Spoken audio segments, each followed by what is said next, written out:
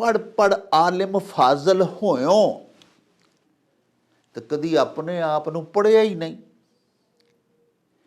तो जा वड़ना है विच मंदिर मसीतां तो कदी मन अपने विच वड़िया ही नहीं, तो एवें रोज़ शैतान नाल लड़ना है, कदी नफ्स अपने नाल लड़िया ही नहीं। तो बुल्ले शाह आसमानी उड्डदियां फड़ना है, जिहड़ा घर बैठा है उन्होंने फड़िया ही नहीं। मांग ते नाग ये अपना वैर नहीं छड्डदे। जिन्नी ठंड मांग हुंदी है इन्नी पहुंच भी नहीं हुंदी। हाँ ते बंदे नूं मतलब भुलेखा लगा हुंदा भी हुण पोह ते लंघ गया, तो कई बारी कपड़े लत्ते लो नाल कर छड़दा ते बेध्यानी कर छड़दा, ते उन्नू मतलब इहदे विच भी बेध्यानी नहीं करनी चाहिदी। बदरा बद बला, हाँ जी, इस तो सावन चंगा हा। बदरा जिहड़ा भादरों नूं आखदे ने, हाँ भादरों महीने नूं कि भादरों जिहड़ा वो बड़ी बुरी चीज है। जिस तरह मतलब इत्थे भी एक अखान है कि भादरों बद रंग काले चिट्टे इको रंग, चिट्टा झाटा ते टिंड विच आटा। चिट्टा झाटा हो गया ते हाली भी वो टिंड च आटा पाई फिरदी है, फड़ी फिरदी है नहीं मैनू एक रोटी ते पका दे नहीं, तू तनूर ताए है जी, अपनी चुल तानी ही नहीं है जी, अपने घर रिन्ना पकाना करना ही नहीं। कोठा उसरिया हाँ जी ते तरखान विसरिया। उसरन दा मतलब है वो सारी होण ओदी तामीर मुकम्मल हो जान जी जी, कि जदों घर किसे दा पूरा तामीर हो जाए, बन जाए, छत पै जाए जी है जी, ਉਹਦੇ ਤੋਂ ਬਾਅਦ ਲੋਕੀ ਤਰਖਾਨ ਨੂੰ ਭੁਲਾ ਛੱਡਦੇ ਨੇ। ਜਿੰਨੇ ਉਹ ਛੱਤ ਪਾਇਆ ਉਹਨੂੰ ਭੁਲਾ ਛੱਡਦੇ ਨੇ, ਉਹਦੀ ਪਰਵਾਹ ਹੀ ਨਹੀਂ ਕਰਦੇ। ਵਿਸਰਿਆ ਦਾ ਮਤਲਬ ਇਹ ਭੁਲਾ ਹੜਿਆ। ਰੰਨ ਭੈੜੀ ਤੇ ਦਾੰਦ ਡੱਬਾ, ਇਹ ਕੀ ਕੀਤਾ ਹੀ ਮੇਰੇ ਰੱਬਾ। शेख सादी दा कहो शेर है कि तही पाए रफ्तन ब्याज कफ्श तंग बलाए सफर पे क्या दर खाना जंग। कि सौड़ी जुत्ती पान नालों बेहतर है कि बंदा नंगी पैरी रवे। वाह। ते जे घर च बुढ़ी को कपत्ती लभ जाए तो ਉਹਦੇ ਨਾਲ ਬੰਦਾ ਪੈਂਦਾ ਹੀ ਪਿਆਰ ਹੈ ਤੇ ਚੰਗਾ ਹੈ। ओ चल मेरे नू चली। बिस्मिल्लाहिर्रहमानिर्रहीम। शुरू खुदा दे नामों जिस दा जोड़ जवाब न कोई, जिस दी रहमत बख्शिश वाला अंत हिसाब न कोई। दुनिया भर विच वसन वाले पंजाबीओ ते साडे प्यारे वेखण वालिओ, अस्सलामु अलैकुम, सत श्री अकाल, नमस्कार ते ढेर ढेर सलामा। पंजाबी माँ बोली दे जुबानो अदब ते सकाफत दे फरोग ते वधावे ते चढ़तल ते सिੱਖਿਆ ਲਈ शुरू ਕੀਤੇ ਜਾਣ वाले ਤੁਹਾਡੇ अपने YouTube चैनल मेला TV ਦੇ ਉੱਤੇ ਤੁਹਾਨੂੰ ਦਿਲ ਦੀਆਂ ਡੂੰਘਾਈਆਂ ਤੋਂ ਸਤ ਬਿਸਮਿਲ੍ਲਾ ਤੇ ਜੀ ਆਇਆਂ ਨੂੰ ਆਖਨੇ ਆ। ਪਿਆਰਿਓ, ਸਾਡੀ ਇਹ ਬੇਨਤੀ ਏ ਵੀ ਆਪਣੇ ਇਸ ਮੇਲਾ TV ਨੂੰ ਸਬਸਕ੍ਰਾਈਬ ਕਰ ਲਵੋ, नाल बनया होया घंटी का निशान जरूर दबाया जे। साहिबो, साडे विलॉग्स नूं लाइक ते आपस दे विच शेयर करया करो ते पंजाबी हलकियां दे विच भी जरूर शेयर करया करो ते अपने कमेंट्स सानू जरूर भिजवाया करो, जिहड़े कि साडे लई बड़ी हलाशेरी दा मूजब हुंदे ने। ते नाले असीं तुहाडे कमेंट्स दे चानने अपनी गलबात नूं मजीद निखारन, शिंगारन ते सवारन दा आर ते यतन भी करते रहने आ। साहिबो, साडी धी जिन्हां दा नाम मदीहा शेर मुहम्मद है ते वजीराबाद दे विच वसदियां ने, साडियां परमानेंट व्यूअर ने, उन्हां ने अज सानू हजूर बाबा जी बुल्ले शाह साहब सैयद कादरी कसूरी शतारी दी एक बड़ी मत भरी रुबाई भिजवाई है ते साथों मंग कीती है भी असी उदा तर्जमा ते शरा तुहाडे हजूर बयान करिए। अपनी धी दा हुक्म सिर मत्थे ते रखदियां होइयां असी तामील करन लगे हाँ। इस तो पहले एक गल जिहड़ी खुशी वाली है वो तुहाडे नाल सांझी करनी है भी बड़ा ही दिल खुश हुंदा है भी साडा प्रोग्राम जिहड़ा है ਇਹਨੂੰ ਅਲਹਮਦੁਲਿਲਾ ਸਾਡੇ ਨੌਜਵਾਨ ਅੱਜ ਕੱਲ੍ਹ ਦੇ ਅਜੋਕੀ ਸਾਡੀ ਪੀੜ੍ਹੀ ਦੇ ਧੀਆਂ ਪੁੱਤਰ ਵੀ ਬੜੀ ਦਿਲਚਸਪੀ ਨਾਲ ਦੇਖ ਰਹੇ ਨੇ। ਪਿਆਰਿਓ, ਵੇਖੋ ਨਾ, ਆਪਣੀ ਮਾਂ ਬੋਲੀ ਵੱਲ ਸਾਡੀ ਨੌਜਵਾਨ ਨਸਲ ਪਰਤ ਰਹੀ ਹੈ ਔਰ ਬੜੇ ਖੂਬਸੂਰਤ ਸਾਨੂੰ ਅਖਾਣ ਭਿਜਵਾਉਂਦੇ ਨੇ, ਸਵਾਲਾਤ ਭਿਜਵਾਉਂਦੇ ਨੇ, ਸਾਨੂੰ ਅਸ਼ਆਰ ਭਿਜਵਾਉਂਦੇ ਨੇ ਔਰ ਬੜੇ ਸ਼ੌਕ ਨਾਲ ਉਹਨਾਂ ਦਾ ਤਰਜਮਾ ਸਿੱਖਣ ਦੀ ਕੋਸ਼ਿਸ਼ ਕਰਦੇ ਨੇ। ਇਹ ਗੱਲ ਸਾਡੇ ਵਾਸਤੇ ਬੜੀ ਐਨਕਰੇਜੀਅਸ ਹੈ। ਸਾਨੂੰ ਅੱਲਾਹ ਪਾਕ ਦੇ ਕਰਮ ਨਾਲ ਮਹਿਸੂਸ ਹੁੰਦਾ ਕਿ ਜਿਸ ਕੰਮ ਨੂੰ ਅਸਾਂ ਛੋਹਿਆ ਸੀ, ਅੱਲਾਹ ਦੇ ਕਰਮ ਦੇ ਨਾਲ ਉਹ ਪੂਰਾ ਹੁੰਦਾ ਜਾ ਰਿਹਾ ਹੈ। ਸਾਹਿਬੋ, ਹਜ਼ਰਤ ਬਾਬਾ ਜੀ ਬੁੱਲੇ ਸ਼ਾਹ ਸਾਹਿਬ ਸੈਯਦ, ਜਿਨ੍ਹਾਂ ਦੇ ਅਲਕਾਬ ਨੇ ਵੀ ਮਰਦ ਹੱਕਾਨੀ ਤੇ ਮੁਹਦ ਲਾਸਾਨੀ, ਯਾਨੀ ਅਜਿਹਾ ਤੌਹੀਦ ਪ੍ਰਸਤ ਸੂਫੀ ਸਾਡੀ ਪੰਜਾਬੀ ਦੀ ਕਲਾਸੀਕਲ ਜਿਹੜੀ ਸਾਡੀ ਪੋਇਟਰੀ ਹੈ ਉਹਦੇ ਵਿੱਚ ਸਾਨੂੰ ਸ਼ਾਇਦ ਹੀ ਕੋਈ ਹੋਰ ਮਿਲੇ। ਹੋਰ ਵੀ ਸਾਰੇ ਮੁਹਦ ਹੀ ਨੇ, ਤੌਹੀਦ ਪ੍ਰਸਤੀ ਨੇ, ਲੇਕਿਨ ਆਪ ਬੇਮਿਸਾਲ ਮੁਹਦ ਨੇ।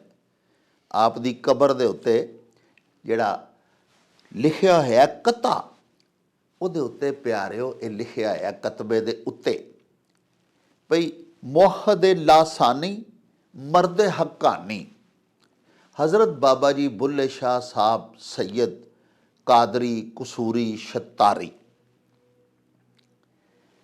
ਤੇ ਜਿਹੜਾ ਚੌਮਿਸਰਾ ਸਾਡੀ ਧੀ ਰਾਣੀ ਨੇ ਭਿਜਵਾਇਆ ਹੈ ਉਹ ਇਹ ਵੀ ਪੜ੍ਹ ਪੜ੍ਹ ਆਲਿਮ ਫਾਜ਼ਲ ਹੋਇਓ, ਤੇ ਕਦੀ ਆਪਣੇ ਆਪ ਨੂੰ ਪੜ੍ਹਿਆ ਹੀ ਨਹੀਂ,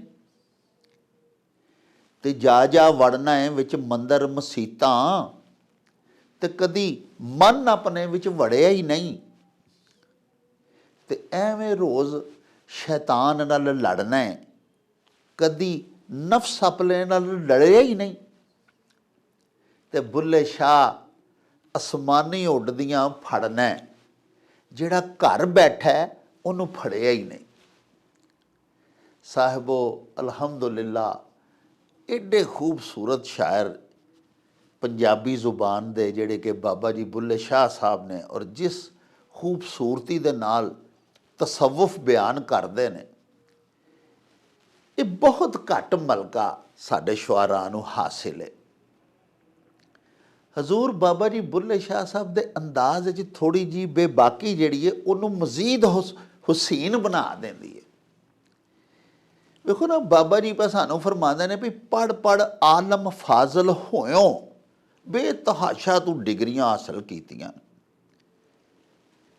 ਜਿੰਨੇ ਵੀ ਮਰਵਜਾ ਉਲੂਮ ਨੇ ਤੂੰ ਸਾਰੇ ਹਾਸਿਲ ਕਰ ਰਹੇ ਹੈ, ਤੂੰ ਬੜਾ ਲਾਇਕ ਫਾਇਕ ਹੈ, ਦੁਨਿਆਵੀ ਉਲੂਮ ਦੇ ਵਿੱਚ ਤੈਨੂੰ ਕਾਫੀ ਦਸਤਰਸ ਹੈ, ਲੇਕਿਨ ਕਦੀ ਆਪਣੇ ਮਨ ਅੰਦਰ ਵੀ ਝਾਤੀ ਮਾਰੀ ਆ, ਕਦੀ ਆਪਣੇ ਆਪ ਨੂੰ ਵੀ ਪੜ੍ਹਨ ਦੀ ਕੋਸ਼ਿਸ਼ ਕੀਤੀ ਆ। ਜਾ ਜਾ ਵੜਨਾ ਵਿੱਚ ਮੰਦਰ ਮਸੀਤਾਂ, ਕਦੀ ਮਨ ਆਪਣੇ ਵਿੱਚ ਵੜਿਆ ਹੀ ਨਹੀਂ। ਮੰਦਰ ਤੇ ਜਾਣਾ, ਮਸਜਿਦ ਵੀ ਜਾਣਾ, ਤੇ ਕਦੀ ਆਪਣੇ ਅੰਦਰ ਵੀ ਝਾਤੀ ਮਾਰ, ਅੰਦਰ ਦਾ ਵੀ ਖੋਜ ਲਾ, ਤੇ ਐਵੇਂ ਰੋਜ਼ ਸ਼ੈਤਾਨ ਨਾਲ ਲੜਨਾ, ਕਦੀ ਨਫਸ ਆਪਣੇ ਨਾਲ ਲੜਿਆ ਹੀ ਨਹੀਂ। ਤੇ ਬੁੱਲੇ ਸ਼ਾਹ ਅਸਮਾਨੀ ਉੱਡਦੀਆਂ ਫੜਨਾ, ਜਿਹੜਾ ਘਰ ਬੈਠਾ ਉਹਨੂੰ ਫੜਿਆ ਹੀ ਨਹੀਂ। ਸਾਹਿਬੋ, ਐਡਾ ਮੁਸ਼ਕਿਲ ਤੇ ਚੌਮਿਸਰਾ ਨਹੀਂ, ਮੁਸ਼ਕਿਲ ਲਫ਼ਜ਼ਾਂ ਦਾ ਮੈਂ ਤਰਜਮਾ ਤੁਹਾਡੇ ਹਜ਼ੂਰ ਬਿਆਨ ਕਰ ਦਿੱਤਾ ਹੈ। ਇਸ ਚੌਹਾਂ ਪੱਤੀਆਂ ਦੇ ਵਿੱਚ, ਇਸ ਚੌਬਰਗੇ ਦੇ ਵਿੱਚ ਬਾਬਾ ਜੀ ਆਖਣਾ ਸਾਨੂੰ ਇਹ ਚਾਹੁੰਦੇ ਨੇ, ਜਿਹੜਾ ਕਿ ਕੁਰਾਨ ਪਾਕ ਦੇ ਵਿੱਚ ਅੱਲਾਹ ਪਾਕ ਸੱਚੇ ਸਾਹਿਬ ਨੇ ਵੀ ਸਾਨੂੰ ਹੁਕਮ ਦਿੱਤਾ ਹੈ ਕਿ ਤਜ਼ਕੀਆ ਨਫਸ ਕਰੋ। ਤਮਾਮ ਜ਼ਾਹਰੀ ਇਬਾਦਾਤ ਜਿਹੜੀਆਂ ਅਸੀਂ ਕਰਨੇ ਆ, ਉਹਨਾਂ ਦਾ ਫਾਇਦਾ ਨਹੀਂ ਜਿੰਨੀ ਦੇਰ ਤੱਕ ਅਸੀਂ ਦਿਲੋਂ ਹੋ ਕੇ ਉਹ ਸਾਰੇ ਕੰਮ ਨਾ ਕਰੀਏ। ਸਾਹਿਬੋ, ਦੇਖੋ ਨਾ, ਅੱਲਾਹ ਪਾਕ ਦੇ ਕੁਝ ਅਵਾਮਰ ਨੇ, ਯਾਨੀ ਅੱਲਾਹ ਪਾਕ ਦੇ ਕੁਝ ਹੁਕਮ ਨੇ, ਕੁਝ ਅਹਕਾਮਾਤ ਨੇ ਸੱਚੇ ਸਾਹਿਬ ਦੇ ਤੇ ਸਾਡੇ ਪਿਆਰੇ ਨਬੀ ਪਾਕ ਦੇ, ਉਹ ਸਾਨੂੰ ਮੰਨਣੇ ਪੈਂਦੇ ਨੇ ਔਰ ਮੰਨਣੇ ਚਾਹੀਦੇ ਨੇ। ਉਹਨਾਂ ਦਾ ਨਾ ਮੰਨਣਾ ਜਿਹੜਾ ਹੈ ਉਹ ਤਾਂ ਬੜੀ ਬੁਰੀ ਬਾਤ ਹੈ ਨਾ ਜੀ। ਮਿਸਾਲ ਦੇ ਤੌਰ ਤੇ ਤੌਹੀਦ, ਨਮਾਜ਼, ਰੋਜ਼ਾ, ਹੱਜ, ਜ਼ਕਾਤ, ਤੌਹੀਦ ਦਾ ਤਾਲੁਕ ਸਾਡੇ ਅੰਦਰ ਨਾਲ ਹੈ, ਉਹ ਦਿਸਦੀ ਨਹੀਂ। ਨਮਾਜ਼ ਅਸੀਂ ਪੜ੍ਹਨੇ ਆ ਤੇ ਦਿਸਦਾ ਹੈ ਵੀ ਬੰਦਾ ਨਮਾਜ਼ ਪੜ੍ਹਨ ਡਿਆ। ਰੋਜ਼ੇ ਵੀ ਰੱਖਦੇ ਆ ਤੇ ਸਾਡੇ ਆਲੇ ਦੁਆਲੇ ਸਭ ਨੂੰ ਪਤਾ ਹੁੰਦਾ ਹੈ, ਅਸੀਂ ਆਪੋਂ ਵੀ ਦੱਸਦੇ ਹਾਂ ਯਾਰ ਮੇਰਾ ਰੋਜ਼ਾ ਹੈ, ਕੋਈ ਸਾਨੂੰ ਖਾਣ ਦੀ ਦਾਵਤ ਦਿੰਦਾ ਤੇ ਅਸੀਂ ਅੱਗੋਂ ਦੱਸਦੇ ਹਾਂ। ਹੱਜ ਕਰਨੇ ਆ ਉਹ ਵੀ ਦਿਸਦਾ ਹੈ, ਜ਼ਕਾਤ ਦੇਣੇ ਆ ਦਿਸਦੀ ਹੈ, ਨਜ਼ਰ ਆਉਂਦੀ ਹੈ। ਯਾਨੀ ਇਹ ਸਾਡੇ ਜ਼ਾਹਰੀ ਨੇਕ ਆਮਾਲ ਨੇ। ਇਸੇ ਤਰ੍ਹਾਂ ਕੁਝ ਸਾਡੇ ਪਿਆਰਿਓ ਗੁਨਾਹ ਹੁੰਦੇ ਨੇ, ਬਦ ਅਮਲੀਆਂ ਹੁੰਦੀਆਂ ਨੇ, ਉਹ ਵੀ ਜ਼ਾਹਿਰ ਦਿਸਦੀਆਂ ਨੇ, ਨਜ਼ਰ ਆਉਣ ਵਾਲੀਆਂ ਬਦ ਅਮਲੀਆਂ ਅਸੀਂ ਉਹਨਾਂ ਨੂੰ ਆਖ ਸਕਦੇ ਹਾਂ। ਸਾਡੇ ਅਜਿਹੇ ਬੁਰੇ ਫੇਲ ਜਿਹੜੇ ਲੁਕਾਈ ਨੂੰ ਦਿਸਦੇ ਨੇ, ਉਹਨਾਂ 'ਚ ਝੂਠ ਕਦੀ ਨਾ ਕਦੀ ਖੁੱਲ੍ਹ ਜਾਂਦਾ ਹੈ। ਇਸੇ ਤਰ੍ਹਾਂ ਗੀਬਤ, ਚੋਰੀ, ਡਾਕਾ, ਕਿਸੇ ਦੀ ਜਗ੍ਹਾ 'ਤੇ ਕਬਜ਼ਾ ਕਰ ਲੈਣਾ, ਕਿਸੇ ਨੂੰ ਨਾਜਾਇਜ਼ ਤੌਰ 'ਤੇ ਚਪੇੜ ਕੱਢ ਮਾਰਨੀ, ਕਿਸੇ ਨਾਲ ਜ਼ਿਆਦਤੀ ਕਰਨੀ। ਦੇਖੋ ਨਾ, ਇਹ ਸਾਰੀਆਂ ਚੀਜ਼ਾਂ ਐਸੇ ਗੁਨਾਹ ਨੇ ਜਿਹੜੇ ਦਿਸਦੇ ਨੇ ਲੋਕਾਂ ਨੂੰ। ਕੁਝ ਇਬਾਦਾਤ ਜ਼ਾਹਰੀ ਹੁੰਦੀਆਂ ਨੇ, ਨੇਕੀਆਂ ਸਾਡੀਆਂ, ਉਹ ਲੋਕੀ ਵੇਖ ਲੈਂਦੇ ਨੇ। ਕੁਝ ਸਾਡੇ ਗੁਨਾਹ ਅਜਿਹੇ ਹੁੰਦੇ ਨੇ ਜਿਹੜੇ ਲੋਕਾਂ ਨੂੰ ਨਜ਼ਰ ਆ ਜਾਂਦੇ ਨੇ। ਲੇਕਿਨ ਸਾਹਿਬੋ ਦੇਖੋ, ਇਸੇ ਤਰ੍ਹਾਂ ਹੀ ਸਾਡੇ ਬਾਤਨ ਦੇ ਵਿੱਚ ਵੀ ਕੁਝ ਬੜੀਆਂ ਨੇਕ ਸਿਫਾਤ ਹੁੰਦੀਆਂ ਨੇ। ਹਰ ਇਨਸਾਨ ਦੇ ਅੰਦਰ ਇੰਤਹਾਈ ਖੂਬਸੂਰਤ ਸਿਫਤਾਂ ਵੀ ਪਾਈਆਂ ਜਾਂਦੀਆਂ ਨੇ। ਮਿਸਾਲ ਦੇ ਤੌਰ 'ਤੇ ਉਹ ਆਜਿਜ਼ ਹੈ, ਮੁਤਵਾਜ਼ੇ ਵੇ, ਮੁਤਕੱਬਰ ਨਹੀਂ। ਪਿਆਰਿਓ, ਉਹ ਅੰਦਰ ਦਾ ਬੜਾ ਸਾਫ ਸੁੱਚਾ ਤੇ ਸੁਥਰਾ ਹੈ। ਇਹ ਹੁਣ ਦਿਸਦਾ ਨਹੀਂ ਕਿ ਉਹਦਾ ਅੰਦਰ ਕਿਹੋ ਜਿਹਾ। ਰਿਆਕਾਰ ਨਹੀਂ, ਉਹ ਬੁਗਜ਼ ਨਹੀਂ ਰੱਖਦਾ, ਉਹ ਹਸਦ ਨਹੀਂ ਕਰਦਾ। ਇਹ ਦੇਖੋ ਨਾ, ਇਹ ਕੁਝ ਅਜਿਹੇ ਗੁਨਾਹ ਨੇ ਜਿਹੜੇ ਅੰਦਰ ਹੁੰਦੇ ਨੇ, ਉਹ ਸਾਡੇ ਮਨ ਦੇ ਅੰਦਰ ਪਾਏ ਜਾਂਦੇ ਨੇ। ਉਹ ਬੁਰਾਈਆਂ ਸਾਡੇ ਅੰਦਰ ਦੀਆਂ ਨੇ। ਜਿਵੇਂ ਮੈਂ ਅਰਜ਼ ਕੀਤੀ ਹੈ ਕਿ ਤਕੱਬਰ, ਹਸਦ, ਦਿਖਾਵਾ, ਬੁਗਜ਼, ਰਿਆਕਾਰੀ, ਅਦਮ ਬਰਦਾਸ਼ਤ, ਕਿਸੇ ਦੀ ਗੱਲ ਹੀ ਨਾ ਸਹਿਣੀ, ਗੱਲ ਪੈ ਜਾਣਾ, ਇਹ ਸਾਡੀ ਫਿਤਰਤ ਦਾ ਹਿੱਸਾ ਨੇ, ਜਬਿਲਤ ਦਾ। ਇਹ ਵੀ ਕੁਛ ਨਜ਼ਰ ਵੀ ਇਹਨਾਂ 'ਚੋਂ ਚੀਜ਼ਾਂ ਆਉਂਦੀਆਂ ਨੇ, ਲੇਕਿਨ ਕੁਝ ਨਜ਼ਰ ਨਹੀਂ ਆਉਂਦੀਆਂ। ਸਾਡੇ ਬਾਤਨ ਦੇ ਮੁਆਇਬ ਹੁੰਦੇ ਨੇ, ਸਾਡੇ ਬਾਤਨ ਦੇ ਰਜ਼ਾਇਲ ਹੁੰਦੇ ਨੇ, ਯਾਨੀ ਬੁਰੀਆਂ ਆਦਾਤ, ਬੁਰੀਆਂ ਸਿਫਤਾਂ। ਇਸੇ ਤਰ੍ਹਾਂ ਸਾਡੇ ਅੰਦਰ ਦੇ ਪਿਆਰਿਓ ਬੜੇ ਬੜੇ ਮੁਹਾਸਨ ਵੀ ਨੇ, ਬੜੀਆਂ ਸਾਡੀਆਂ ਖੂਬੀਆਂ ਵੀ ਨੇ। ਅੱਲਾਹ ਪਾਕ ਦਾ ਸ਼ੁਕਰ ਅਦਾ ਕਰਨਾ ਹਰ ਹਾਲ ਦੇ ਵਿੱਚ, ਉਹਦੀਆਂ ਨਿਹਮਤਾਂ ਦਾ ਇਕਰਾਰ ਕਰਨਾ ਤੇ ਸ਼ੁਕਰ ਕਰਨਾ। ਕੋਈ ਅਜ਼ਮਾਇਸ਼ ਆ ਜਾਵੇ ਸਾਹਿਬੋ ਤੇ ਸਬਰ ਕਰਨਾ, ਗਿਲਾ ਨਾ ਕਰਨਾ, ਅੱਲਾਹ ਪਾਕ ਤੇ ਤਵੱਕਲ ਰੱਖਣਾ, ਅੱਲਾਹ ਪਾਕ ਤੇ ਭਰੋਸਾ ਕਰਨਾ, ਇਖਲਾਸ, ਅੱਲਾਹ ਪਾਕ ਦੀ ਰਜ਼ਾ ਦੇ ਵਿੱਚ ਰਾਜ਼ੀ ਰਹਿਣਾ। ਇਹ ਅੰਦਰੂਨੀ ਸਿਫਾਤ ਨੇ, ਅੰਦਰੂਨੀ ਮੁਹਾਸਨ ਨੇ, ਖੂਬੀਆਂ ਨੇ। ਹਜ਼ੂਰ ਬਾਬਾ ਜੀ ਬੁੱਲੇ ਸ਼ਾਹ ਸਾਹਿਬ ਚੂੰਕਿ ਇੱਕ ਸੱਚੇ ਤੇ ਸੁੱਚੇ ਆਸ਼ਿਕ ਨੇ ਅੱਲਾਹ ਪਾਕ ਦੇ ਔਰ ਸੂਫੀ ਨੇ ਸਾਹਿਬੋ, ਉਹ ਸਾਨੂੰ ਇਹ ਦੱਸਣਾ ਚਾਹੁੰਦੇ ਨੇ ਕਿ ਜ਼ਾਹਿਰ ਆਉਣ ਵਾਲੀਆਂ ਨੇਕੀਆਂ ਤੇ ਬੜੀਆਂ ਕਰਨਾ, ਲੋਕਾਂ ਨੂੰ ਵਹਾਨਾ ਨਾ, ਲੋਕਾਂ ਨੂੰ ਦਿਖਾਉਣ ਲਈ ਤੂੰ ਜਿਹੜੇ ਕੰਮ ਜ਼ਾਹਿਰ ਨਜ਼ਰ ਆ ਰਹੇ ਨੇ, ਅੱਲਾਹ ਪਾਕ ਵੀ ਉਹ ਵਹਿੰਦਾ ਤੇ ਲੋਕ ਵੀ ਵਹਿੰਦੇ ਨੇ, ਉਹ ਤੇ ਤੂੰ ਬੜੇ ਕਰਨਾ। ਕਰ ਕਰ ਵਜ਼ੂ ਤੂੰ ਜੱਗ ਦਿਖਲਾਵੇਂ ਤੇ ਭੱਜ ਭੱਜ ਵੜੇ ਮਸੀਤੀ। ਇਹ ਵੀ ਹਜ਼ੂਰ ਬੁੱਲੇ ਸ਼ਾਹ ਸਾਹਿਬ ਦਾ ਹੀ। ਕਰ ਕਰ ਵਜ਼ੂ ਤੂੰ ਜੱਗ ਦਿਖਲਾਵੇਂ, ਦਿਖਾਵਾ ਕਰਨਾ ਤੇ ਭੱਜ ਭੱਜ ਵੜੇ ਮਸੀਤੀ। ਇਹ ਰੁਬਾਈ ਦਾ ਵੀ ਕਿਸੇ ਦਿਨ ਤਰਜਮਾ ਤੁਹਾਡੇ ਹਜ਼ੂਰ ਪੇਸ਼ ਕਰਾਂਗੇ। ਅੱਜ ਜਿਹੜੀ ਸਾਡੀ ਰੁਬਾਈ, ਅੱਜ ਜਿਹੜਾ ਚੋਬਰਗਾ ਤੁਹਾਡੇ ਹਜ਼ੂਰ ਪੇਸ਼ ਕੀਤਾ, ਉਹਦੇ ਤੇ ਹੀ ਰਹਿੰਦੇ ਆ। ਹਜ਼ੂਰ ਪੇ ਫਰਮਾਉਂਦੇ ਨੇ ਕਿ ਨਮਾਜ਼ਾਂ ਪੜ੍ਹਨਾ, ਦੁਨੀਆਵੀ ਅਲੂਮ ਪੜ੍ਹਨਾ, ਆਲਮ ਫਾਜ਼ਲ ਵੀ ਹੈ ਤੂੰ ਦੁਨੀਆਵੀ ਹਵਾਲੇ ਦੇ ਨਾਲ, ਲੇਕਿਨ ਆਪਣੇ ਆਪ ਨੂੰ ਵੀ ਪੜ੍ਹਨਾ।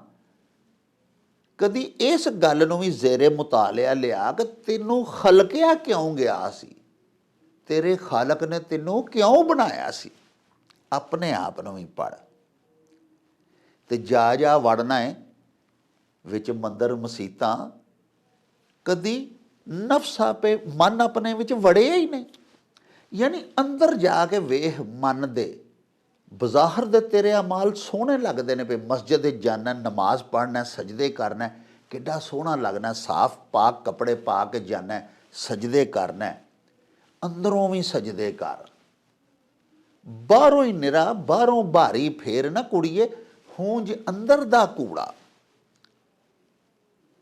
ਤੇ ਐਵੇਂ ਰੋਜ਼ ਸ਼ੈਤਾਨ ਨਾਲ ਲੜਨਾ ਹੈ।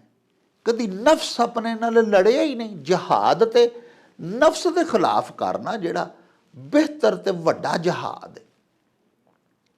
ਪਿਆਰਿਓ, ਅੱਲਾਹ ਪਾਕ ਦੇ ਦਿੱਤੇ ਤੇ ਸਬਰ ਤੇ ਸ਼ੁਕਰ ਕਰ, ਉਹਦੀਆਂ ਆਜ਼ਮਾਇਸ਼ਾਂ ਦੇ ਵਿੱਚ ਉਹਦੀ ਰਜ਼ਾ ਦੇ ਉੱਤੇ ਰਾਜ਼ੀ ਰਹਿ। ਸਾਹਿਬੋ ਦੇਖੋ ਨਾ, ਮੈਂ ਅੱਗੇ ਬੜਾ ਖਿਲਾਰ ਕੇ ਤੁਹਾਨੂੰ ਦੱਸ ਬੈਠਾ ਕਿ ਅੰਦਰੂਨੀ ਸਫਾਈ, ਅੰਦਰ ਦੇ ਜਿਹੜੇ ਐਬ ਨੇ ਉਹਨਾਂ ਨੂੰ ਖ਼ਤਮ ਕਰ, ਤੇ ਅੰਦਰ ਦੀਆਂ ਜਿਹੜੀਆਂ ਖੂਬੀਆਂ ਨੇ ਉਹਨਾਂ ਨੂੰ ਉਜਾਗਰ ਕਰ, ਉਹਨਾਂ ਦੇ ਵਿੱਚ ਵਾਧਾ ਕਰ। ਅੱਲਾਹ ਪਾਕ ਦੇ ਉੱਤੇ ਤਵੱਕਲ ਰੱਖ, ਭਰੋਸਾ ਕਰ ਮਾਲਕ ਤੇ, ਉਹਦੀ ਰਜ਼ਾ ਦੇ ਵਿੱਚ ਰਾਜ਼ੀ ਹੋ ਜਾ। ਤੇ ਦਿਖਾਵੇ ਨਾ ਕਰ, ਤਕੱਬਰ ਨਾ ਕਰ, ਹਸਦ ਨਾ ਕਰ, ਮੋਹ, ਹੰਕਾਰ, ਇਹਨਾਂ ਬੁਰੀਆਂ ਸਿਫਤਾਂ ਤੋਂ ਆਪਣੇ ਅੰਦਰ ਨੂੰ ਪਾਕ ਕਰ। ਤੇ ਫਿਰ ਬੁੱਲੇ ਸ਼ਾਹ ਅਸਮਾਨੀ ਉੱਡਦੀਆਂ ਫੜਨਾ, ਜਿਹੜਾ ਘਰ ਬੈਠਾ ਉਹਨੂੰ ਫੜਿਆ ਹੀ ਨਹੀਂ।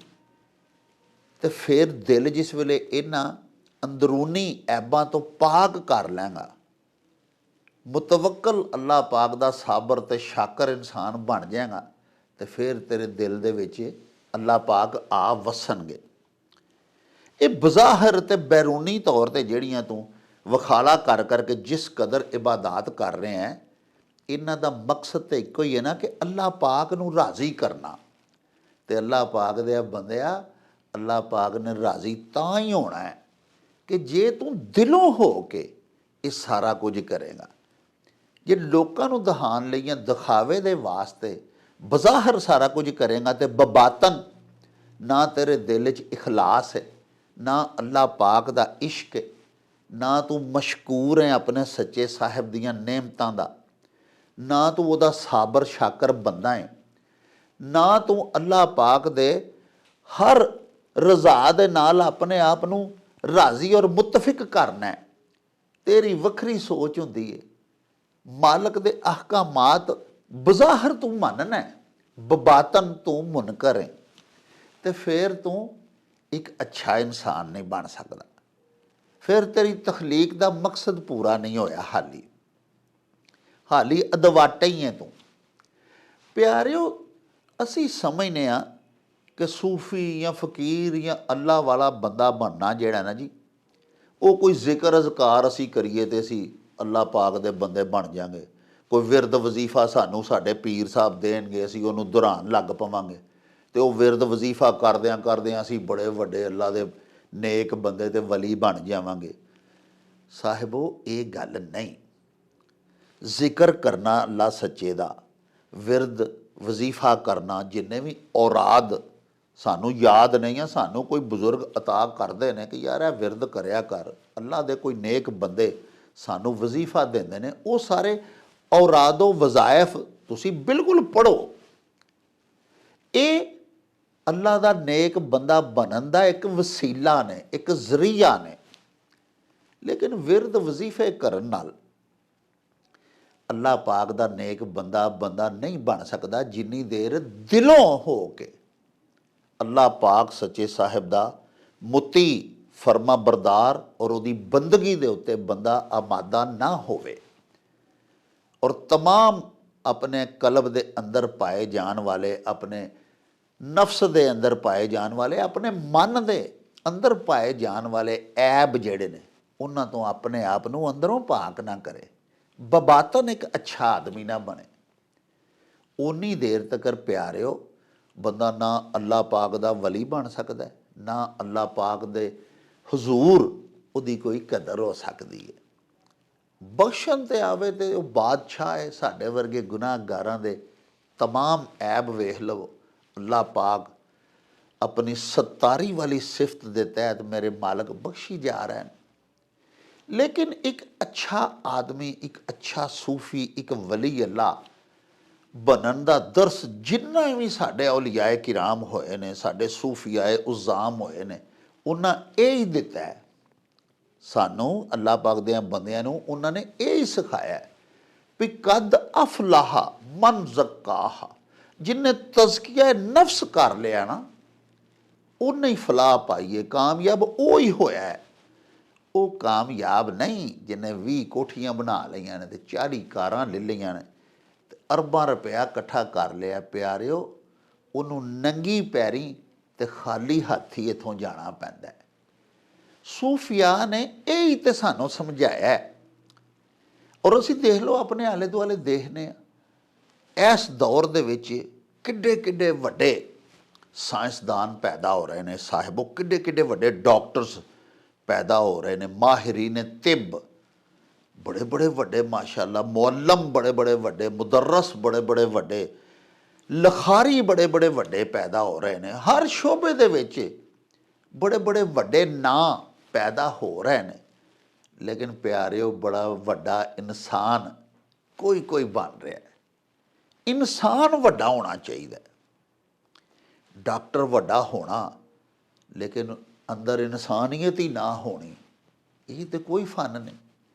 ਅੱਲਾਹ ਪਾਕ ਸੱਚੇ ਸਾਹਿਬ ਔਰ ਸਾਡਾ ਪਿਆਰਾ ਦੀਨ ਜਿਹੜਾ ਉਹ ਸਾਨੂੰ ਇਹ ਦੱਸਦਾ ਕਿ ਬਹਿਸੀਅਤ ਇਨਸਾਨ ਅਸ਼ਰਫੁਲ ਮਖਲੂਕਾਤ ਬਣ, ਤੇ ਤਮਾਮ ਮਖਲੂਕਾਤ ਤੋਂ ਬਰਗਜ਼ੀਦਾ ਤੇ ਅਸ਼ਰਫ ਤੇ ਮੁਸ਼ਰਫ ਤੂੰ ਤਾਂ ਹੀ ਬਣ ਸਕਣਾ ਨਾ ਕਿ ਤੂੰ ਜਿਹੋ ਜਿਹਾ ਬਾਹਰੋਂ ਨਜ਼ਰ ਆਉਣਾ ਉਦੋਂ ਬਹੁਤ ਜ਼ਿਆਦਾ ਖੂਬਸੂਰਤ ਅੰਦਰੋਂ ਵੀ ਹੋਵੇਂ। ਫਿਰ ਅੱਲਾਹ ਪਾਕ ਵੀ ਤੇਰੇ ਦਿਲ ਦੇ ਵਿੱਚ ਵਸਣਗੇ, ਕਿਉਂਕਿ ਅੱਲਾਹ ਪਾਕ ਤੇ ਫਰਮਾਉਂਦੇ ਨੇ ਕਿ ਮੋਮਨ ਦਾ ਦਿਲ ਮੇਰਾ ਘਰ ਹੈ। ਅੱਲਾਹ ਪਾਕ ਫਰਮਾਉਂਦੇ ਨੇ ਮੈਂ ਨਾ ਆਸਮਾਨਾਂ 'ਚ ਸਮਾਨਾ, ਨਾ ਜ਼ਮੀਨਾਂ 'ਚ, ਨਾ ਪਹਾੜਾਂ 'ਚ, ਨਾ ਸਮੁੰਦਰਾਂ 'ਚ। ਤੇ ਅੱਲਾਹ ਪਾਕ ਜੀ ਤੁਸੀਂ ਕਿੱਥੇ ਸਮਾਉਂਦੇ ਹੋ? ਉਹਨਾਂ ਆਖਿਆ ਮੈਂ ਮੋਮਨ ਦੇ ਦਿਲ 'ਚ ਸਮਾਨਾ। ਤੇ ਇਸ ਵਾਸਤੇ ਪਿਆਰਿਓ ਕਲਬ ਦੀ ਸਫਾਈ ਬੜੀ ਜ਼ਰੂਰੀ ਹੈ। ਔਰ ਬਾਬਾ ਜੀ ਬੁੱਲੇ ਸ਼ਾਹ ਸਾਹਿਬ ਸੈਯਦ ਨੇ ਵੀ ਆਪਣੇ ਇਸ ਚੌਬਰਗੇ ਦੇ ਵਿੱਚ ਸਾਨੂੰ ਇਹ ਹੀ ਮੱਤ ਦਿੱਤੀ ਹੈ। ਸਾਹਿਬੋ, ਆਓ ਹੁਣ ਤੁਹਾਡੇ ਭਿਜਵਾਏ ਹੋਏ ਅਖਾਨ ਲੈ ਕੇ ਚੱਲੀਏ ਬਾਬਾ ਜੀ ਅਹਿਸਾਨ ਬਾਜਵਾ ਹੋਰਾਂ ਦੀ ਖਿਦਮਤ ਦੇ ਵਿੱਚ, ਉਹਨਾਂ ਦੇ ਪਿੰਡ ਗਖੜਵਾਲੀ, ਤੇ ਬਾਕੀ ਗੱਲਾਂ ਬਾਤਾਂ ਉੱਥੇ ਹੀ ਚੱਲ ਕੇ ਤੁਹਾਡੇ ਨਾਲ ਸਾਂਝੀਆਂ ਕਰਾਂਗੇ। ਆਓ ਸਾਡੇ ਨਾਲ। ओ चल मेरे नू चली अस्सलाम वालेकुम जनाब बाजवा साहब। जी बिस्मिल्लाह जी, वालेकुम सलाम डॉक्टर साहब, खैरियां हो जी? हजूर अजकल तो बड़ा ਹੁਣ ਮੌਸਮ ਬਦਲਦਾ ਜਾਂਦਾ ਪਿਆ, ਖੁੱਲ ਗਿਆ ਮੌਸਮ ਜੀ। ਅੱਜ ਵੇਖਿਆ ਜੀ ਆਉਂਦੇ ਆ ਤੁਹਾਡੇ ਵੱਲ ਤੇ ਜਨਾਬ ਗਰਮੀ ਲੱਗਣ ਲੱਗ ਪਈ ਸੀ ਗੱਡੀ ਦੇ ਵਿੱਚ। ਹਾਂਜੀ ਹਾਂਜੀ। ਤੇ ਬਾਜਵਾ ਸਾਹਿਬ 22-23 ਦਰਜਾ ਹਰਾਰਤ ਸੀ ਤੇ ਹਾਲੀ ਵੇਖ ਲਓ ਮਾਘ ਦਾ ਅੱਧ ਵੀ ਨਹੀਂ ਆਇਆ। ਹਾਂਜੀ ਹਾਂਜੀ ਹਾਂਜੀ। ਤੇ ਤੁਸੀਂ ਉਹ ਕੀ ਆਖਦੇ ਹੁੰਦੇ ਹੋ ਅੱਧ ਮਾਘ? ਹਾਂਜੀ, ਅੱਧ ਮਾਂ ਤੇ ਫੱਗਲ ਬਾਂਗ। ਜਦੋਂ ਅੱਧ ਮਾਂਗ ਹੋ ਜਾਂਦਾ ਸੀ ਤੇ ਉਦੋਂ ਜਿਹੜਾ ਜਾਟੇ ਨਾ ਭੂਰਾ ਲਾ ਕੇ ਮੋਢੇ ਤੇ ਧਰ ਲੈਂਦਾ ਸੀ। ਵਾਹ ਵਾਹ। ਹਾਂਜੀ, ਕੰਮਕਾਰ ਕਰਨ ਲੱਗਿਆ ਕਿਉਂਕਿ ਉੱਤੇ ਲਿਆ ਗਰਮੀ ਲੱਗਦੀ ਸੀ। ਹਾਂਜੀ ਹਾਂਜੀ ਠੀਕ ਜੀ ਜੀ। ਅੱਛਾ ਜਨਾਬ, ਸਾਡੇ ਇੱਕ ਬੜੇ ਹੀ ਪਿਆਰੇ ਦੋਸਤ, ਬੜੇ ਮਿਹਰਬਾਨ, ਸਾਡੇ ਖੈਰ ਖੁਆਹ, ਸਾਡੇ ਪੱਕੇ ਨਾਜ਼ਰ ਵੀ ਨੇ, ਡਾਕਟਰ ਲਾਲ ਬਖਸ਼ ਨਾਇਚ ਜੀ ਜੀ ਜੀ। ਤੁਹਾਡੇ ਬੜੇ ਬੇਲੀ ਨੇ। ਹਾਂਜੀ, ਮੀਰਪੁਰ ਮਾਥੇਲੋ ਜੀ, ਸਾਡੇ ਸਿੰਧੀ ਮਾਣੂ। ਉਹਨਾਂ ਜਨਾਬ ਅੱਜ ਬੜਾ ਹੀ ਪਿਆਰਾ ਇੱਕ ਖਾਨ ਭਿਜਵਾਇਆ ਹੈ। ਮਾਂਗ ਤੇ ਨਾਗ, ਹਾਂਜੀ, ਇਹ ਆਪਣਾ ਵੈਰ ਨਹੀਂ ਛੱਡਦੇ। ਹਾਂਜੀ, ਸਬਬ ਨਾਲ ਗੱਲ ਹੋ ਰਹੀ ਸੀ ਮਾਂਗ ਮਹੀਨੇ ਦੀ। ਹਾਂ, ਔਰ ਇਹ ਮਾਂਗ ਮਹੀਨਾ ਜਿਹੜਾ ਨਾ ਜੀ, ਸਿਆਣੇ ਆਂਦੇ ਨੇ ਕਿ ਠੰਡ ਪਾਲੇ ਆਉਂਦੇ ਤੋਂ ਤੇ ਜਾਂਦੇ ਤੋਂ ਬਚਣਾ ਚਾਹੀਦਾ। ਆਹਾ, ਪਾਲਾ ਜਦੋਂ ਇਹ ਵੀ ਇੱਕ ਖਾਨ ਹੈ ਨਾ ਕਿ ਪਾਲੇ ਆਉਂਦੇ ਤੋਂ ਤੇ ਜਾਂਦੇ ਤੋਂ ਬਚਣਾ ਚਾਹੀਦਾ। ਹਾਂ, ਤੇ ਮਾਂਗ ਦੇ ਮੁਤਲਕ ਵੀ ਇਹ ਸੀ ਕਿ ਜ਼ਰਾ ਕਿਤੇ ਕੋਈ ਠੰਡੀ ਹਵਾ ਵਗ ਜਾਏ ਜਾਂ ਕਿਤੇ ਮੀਂਹ ਪੈ ਜਾਏ ਤੇ ਜਿੰਨੀ ਠੰਡ ਮਾਂਗ ਹੁੰਦੀ ਹੈ ਇੰਨੀ ਪੋਚ ਵੀ ਨਹੀਂ ਹੁੰਦੀ। ਹਾਂ, ਤੇ ਬੰਦੇ ਨੂੰ ਮੱਲੇ ਭੁਲੇਖਾ ਲੱਗਾ ਹੁੰਦਾ ਵੀ ਹੁਣ ਪੋਹ ਤੇ ਲੰਘ ਗਿਆ ਤੇ ਉਹ ਕਈ ਵਾਰੀ ਕੱਪੜੇ ਲੱਤੇ ਲੋ ਨਾਲ ਕਰ ਛੱਡਦਾ ਤੇ ਬੇਧਿਆਨੀ ਕਰ ਛੱਡਦਾ। ਤੇ ਉਹਨੂੰ ਮਤਲਬ ਇਹਦੇ ਵਿੱਚ ਵੀ ਬੇਧਿਆਨੀ ਨਹੀਂ ਕਰਨੀ ਚਾਹੀਦੀ। ਕੱਪੜਾ ਲੱਤਾ ਹੱਥ ਦੇ ਲਾਗੇ ਹੋਣਾ ਚਾਹੀਦਾ। ਕਿਤੇ ਮੌਸਮ ਇੰਜ ਦੀ ਕੋ ਠੰਡ ਠੜਕੀ ਹੋ ਜਾਏ, ਕੋਈ ਬੜੀਕੀ ਬਣ ਜਾਏ ਜਾਂ ਵਾਸ਼ਵਾ ਜਿਹੜੀ ਆ ਸੀਤ ਵਾਲੀ ਵਗਣ ਲੱਗ ਪਏ ਤੇ ਥੋੜਾ ਲੀੜੇ ਲੱਤੇ ਦਾ ਧਿਆਨ ਰੱਖਣਾ ਚਾਹੀਦਾ। ਤੇ ਇਸ ਵਾਸਤੇ ਵੀ ਇਹ ਤੁਸੀਂ ਸਮਝ ਲਓ ਇਹਦਾ ਜਿਹੜਾ ਵੈਰ ਹੈ ਨਾ, ਵੀ ਜਿਵੇਂ ਨਾਗ ਨਹੀਂ, ਨਾਗ ਆਪਣਾ ਨਾਗ ਨਾਲ ਦੁਸ਼ਮਣੀ ਹੋਵੇ ਤੇ ਕਿਤੇ ਪਈ ਜਾਂ ਉਹਦੀ ਸਪਣੀ ਨੂੰ ਮਾਰਿਆ ਹੋਵੇ ਹਾਂ। ਜਾਂ ਉਹਦੇ ਕੋਲ ਬੱਚਾ ਮਾਰਿਆ ਹੋਵੇ, ਤੋ ਦੱਸਦੇ ਨੇ ਵੀ ਉਹਦੀ ਉਹ ਅੱਖ ਦੇ ਵਿੱਚ ਬੰਦੇ ਦੀ ਤਸਵੀਰ ਬਣ ਜਾਂਦੀ ਹੈ ਹਾਂ। ਔਰ ਉਹ ਲੱਭ ਕੇ ਫਿਰ ਆਪਣੇ ਉਸ ਬੰਦੇ ਨੂੰ ਉਹਦੇ ਤੇ ਹਮਲਾ ਕਰਨ ਦੀ ਕੋਸ਼ਿਸ਼ ਕਰਦਾ ਹੈ। ਹਾਂ। ਤੋ ਇਹਦੇ ਨਾਲ ਮਿਸਾਲ ਦਿੱਤੀ ਗਈ ਹੈ ਮਾਘ ਮਹੀਨੇ ਦੀ ਠੰਡ ਨੂੰ, ਸ਼ੀਤ ਨੂੰ, ਕਿ ਜਿਵੇਂ ਨਾਗ ਜਿਹੜਾ ਬੁਰਾ ਅਸਰ ਕਰਦਾ ਨਾ ਜੀ, ਬਦਲਾ ਲੈਂਦਾ ਹੈ, ਇਸ ਤਰ੍ਹਾਂ ਹੀ ਇਹ ਹੁੰਦਾ ਤੇ ਇਹਦੇ ਤੋਂ ਬਚ ਬਚਾ ਕੇ ਰਹਿਣਾ ਚਾਹੀਦਾ। ਹਾਂਜੀ ਲੋ ਜੀ ਪਿਆਰਿਓ, ਬਾਜਵਾ ਸਾਹਿਬ ਬੜਾ ਸੋਹਣਾ ਨਖੇੜਾ ਕੀਤਾ। ਵੇਖੋ ਨਾ, ਮਾਂਗ ਇਹ ਮਹੀਨਾ ਹੈ ਮਾਂਗ ਦਾ, ਤੇ ਨਾਗ ਉਹ ਅਸੀਂ ਸੱਪ ਨੂੰ ਆਖਦੇ ਆ, ਕੋਬਰਾ ਕਾਲਾ ਨਾਗ ਜਿਹਨੂੰ ਅਸੀਂ ਆਨੇ, ਉਹ ਆਪਣਾ ਵੈਰ ਨਹੀਂ ਛੱਡਦੇ। ਵੇਖੋ ਨਾ, ਜਿਹੜਾ ਇਹ ਮਹੀਨਾ ਹੈ ਨਾ, ਹੁਣੇ ਬਾਜਵਾ ਸਾਹਿਬ ਸਾਨੂੰ ਦੱਸਿਆ ਵੀ ਮਾਂਗ ਦਾ ਅੱਧ ਆ ਜਾਵੇ ਤੇ ਭੂਰਾ ਲਾ ਕੇ ਜੱਟ ਬਾਂਹ ਤੇ ਰੱਖ ਲੈਂਦੇ ਨੇ, ਗਰਮੀ ਲੱਗਣ ਲੱਗ ਪੈਂਦੀ ਹੈ ਨਾ ਕੰਮ ਕਾਜ ਕਰਦੇ ਆ ਵਾਈ ਵਾਨਾਂ ਨੂੰ।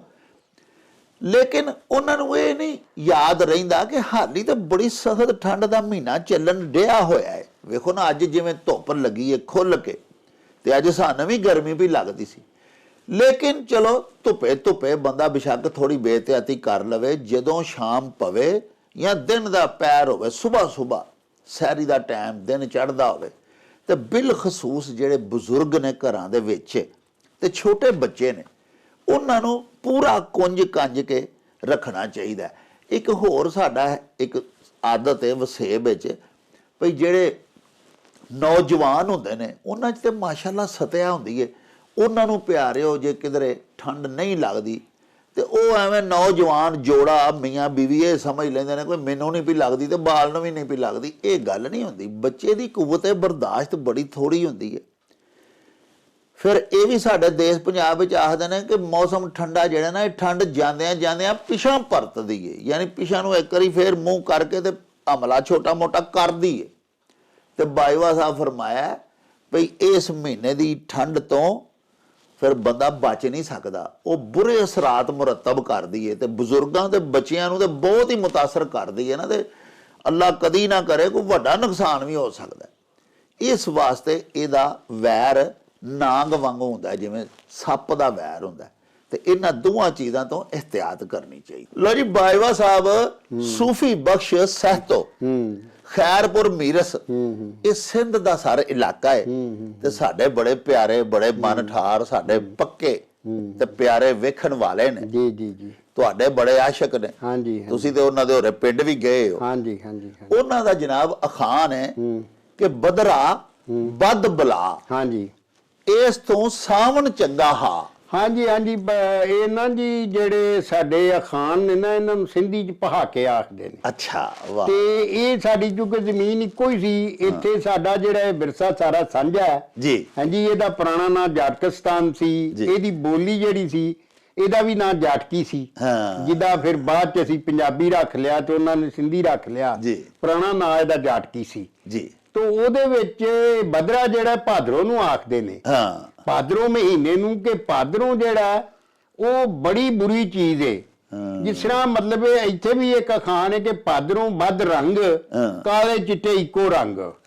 ਕਿ ਭਾਦਰੋਂ ਜਿਹੜਾ ਐਡਾ ਕੋ ਭੈੜੀ ਛਾਇਆ ਹੈ ਕਿ ਲੋਕਾਂ ਦੇ ਰੰਗ ਇੱਕੋ ਜਿਹਾ ਹੀ ਕਰ ਛੱਡਦਾ ਸਾਰਿਆਂ ਨੂੰ। ਹਾਂਜੀ, ਇਹ ਉਦੋਂ ਦੀਆਂ ਗੱਲਾਂ ਨੇ ਜਦੋਂ ਲੋਕੀ ਬਾਹਰ ਕੰਮ ਸ਼ਮ ਕਰਦੇ ਸਨ। ਭਾਦਰੋਂ ਦੇ ਵਿੱਚ ਵੀ ਜਾਣਾ ਆਉਣਾ ਮਜਬੂਰੀਆਂ, ਉਦੋਂ ਏਸੀ ਵਗੈਰਾ ਤੇ ਨਹੀਂ ਸਨ ਨਾ ਹੁੰਦੇ, ਪੱਖੇ ਵੀ ਨਹੀਂ ਸਨ ਹੁੰਦੇ, ਤੇ ਲੋਕਾਂ ਨੂੰ ਮਤਲਬ ਦੁਪਹਿਰ ਨੂੰ ਕਿਕਰੀਆਂ ਦੀਆਂ ਛਾਵਾਂ ਥੱਲੇ ਬਹਿ ਗਏ ਤੇ ਭਾਦਰੋਂ ਦੇ ਜਿਹੜੇ ਕਾੜਕੇ ਲੱਗਦੇ ਹਨ ਨਾ, ਕਾੜਕਾ ਉਹਨੂੰ ਆਂਦੇ ਸਨ ਜਦੋਂ ਬਿਲਕੁਲ ਹਵਾ ਰੁਕ ਜਾਂਦੀ ਸੀ। ਹਾਂਜੀ, ਤੇ ਜਨਾਬ ਨਾ ਬੰਦੇ ਦਾ ਨਾ ਜਾਨ ਕੰਦਲ ਅਜ਼ਾਬ ਜਿਵੇਂ ਹੁੰਦਾ ਉਹ ਵੇਲਾ ਆ ਜਾਂਦਾ ਸੀ ਦੁਪਹਿਰ ਵੇਲੇ।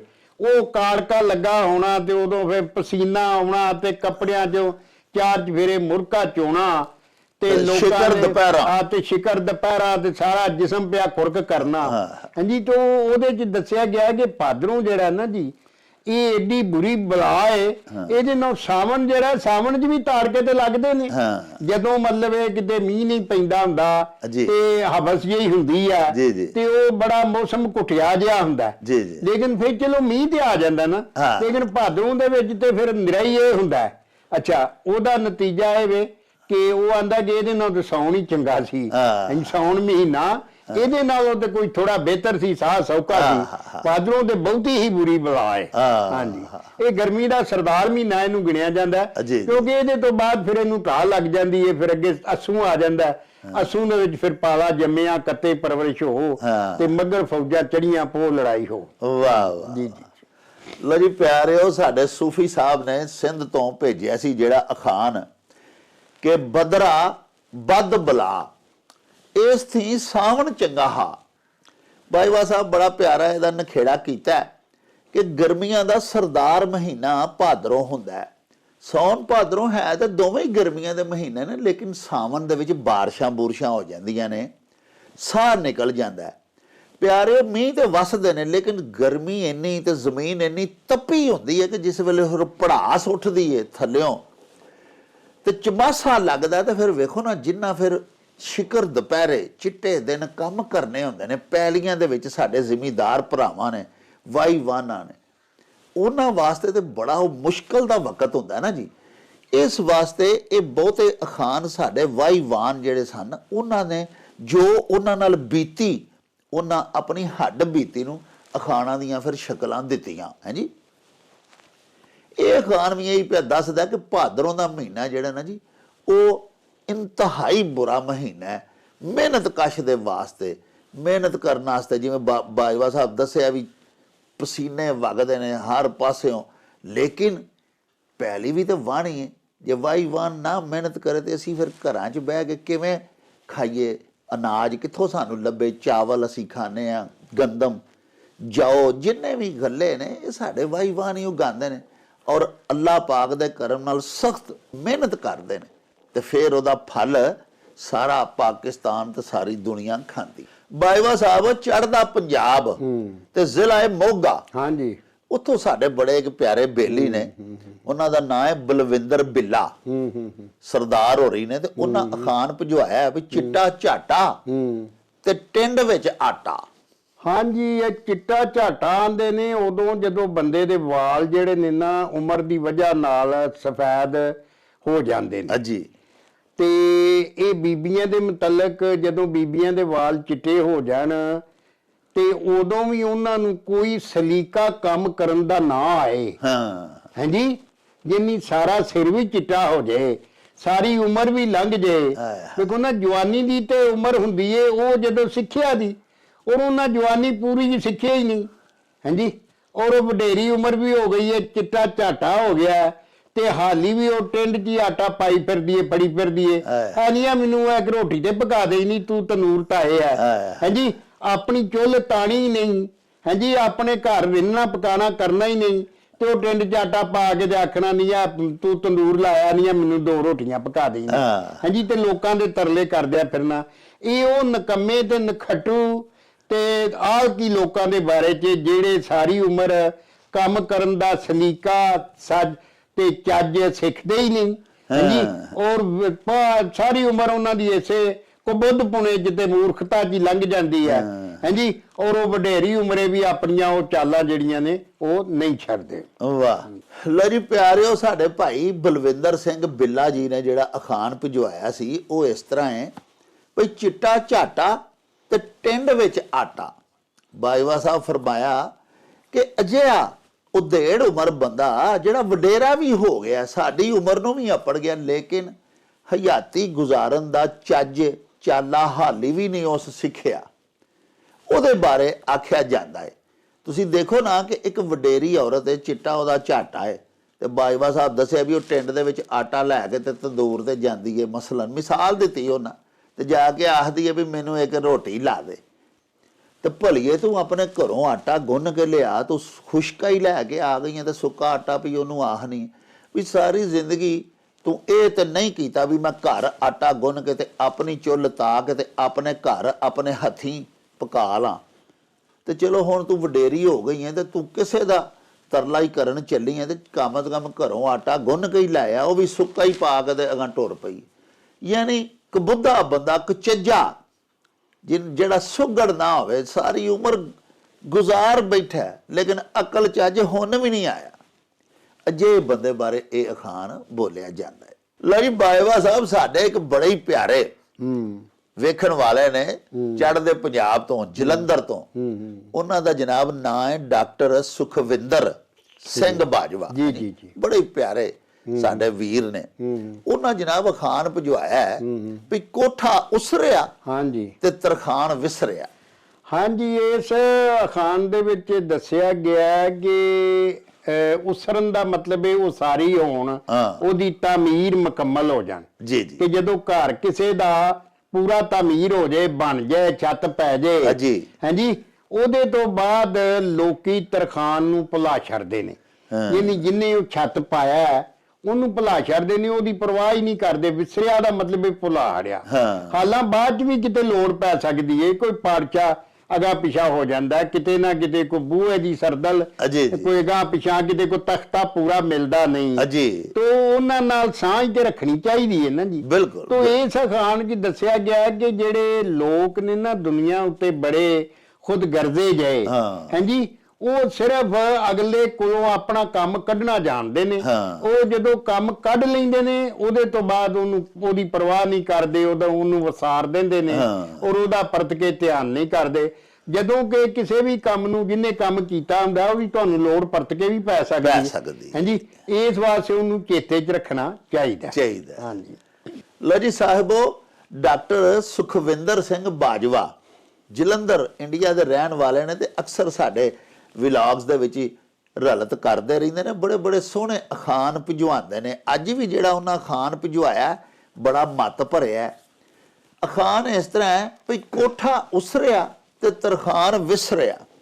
ਬਾਜਵਾ ਸਾਹਿਬ ਦੱਸਿਆ ਕਿ ਕੰਮ ਜਦੋਂ ਨਿਕਲ ਜਾਂਦਾ, ਮਿਸਾਲ ਦੇ ਤੌਰ ਤੇ ਮਕਾਨ ਦੀ ਤਾਮੀਰ ਮੁਕੰਮਲ ਹੋ ਗਈ, ਅਸੀਂ ਹੁਣ ਰਾਜ ਤਰਖਾਣ ਨੂੰ ਭੁੱਲ ਭੁਲਾ ਜਾਂਦੇ ਹਾਂ, ਮਗਰੋਂ ਲਾਹ ਛੱਡਦੇ ਹਾਂ। ਅਕਸਰ ਔਕਾਤ ਅਸੀਂ ਵੀ ਦੇਖਿਆ ਕਿ ਜਦੋਂ ਤੁਹਾਡਾ ਘਰ ਮੁਕੰਮਲ ਹੋ ਗਿਆ ਤੇ ਉਹਨਾਂ ਦੀ ਪੂਰੀ ਮਜ਼ਦੂਰੀ ਦੇਣ ਦੇ ਨਾਲ ਨਾਲ ਉਹਨਾਂ ਨੂੰ ਕੋਈ ਇਨਾਮ ਕਨਾਮ ਦੇ ਕੇ ਟੋਰਨਾ ਚਾਹੀਦਾ ਵੀ ਅੱਲਾਹ ਪਾਕ ਨੇ ਤੁਹਾਨੂੰ ਮਕਾਨ ਬਣਾਉਣ ਦਾ ਹਿੰਮਤ ਤਾਕਤ ਦਿੱਤੀ, ਪੈਸੇ ਦਿੱਤੇ, ਉਹਨਾਂ ਤੁਹਾਡਾ ਸਾਥ ਦਿੱਤਾ, ਘਰ ਬਣ ਗਿਆ। ਅਸੀਂ ਉਹਨਾਂ ਨੂੰ ਬਿਸਤ ਕਰਕੇ ਕੱਢਨੇ ਆ, ਉਹ ਨਿਕਲ ਵੀ ਜਾਣ, ਮਗਰੋਂ ਵੀ ਲੱਥ ਜਾਓ, ਤੁਸੀਂ ਜਾਂਦਾ ਹੀ ਨਹੀਂ ਪਏ। ਔਰ ਉਦੋਂ ਬਾਅਦ ਉਹਨਾਂ ਨਾਲ ਸਾਡਾ ਤਲਕ ਵੀ ਅੱਛਾ ਨਹੀਂ ਰਹਿੰਦਾ, ਤਲਕ ਖਰਾਬ ਕਰਕੇ ਉਹਨਾਂ ਨੂੰ ਕੱਢਨੇ।